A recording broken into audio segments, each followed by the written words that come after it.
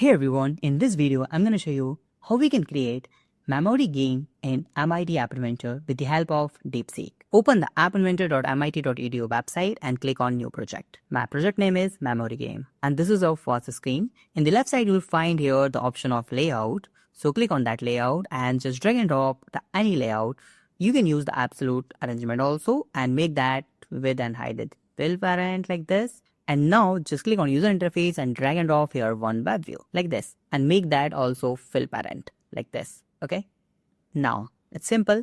Now what we need to do here, open the DeepSeek and here we just need to write a simple prompt, create a simple memory cards game using HTML, CSS and JS, and that game should be mobile responsive and just enter.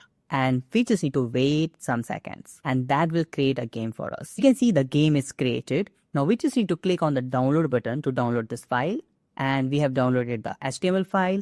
Go to the MIT App Inventor. In the right bottom you can see the upload file. Click on it, click on choose file and make sure to rename that file. So game.html and upload this. Open. Okay. Just in the home URL we just need to type here http :/localhost/ and our file name.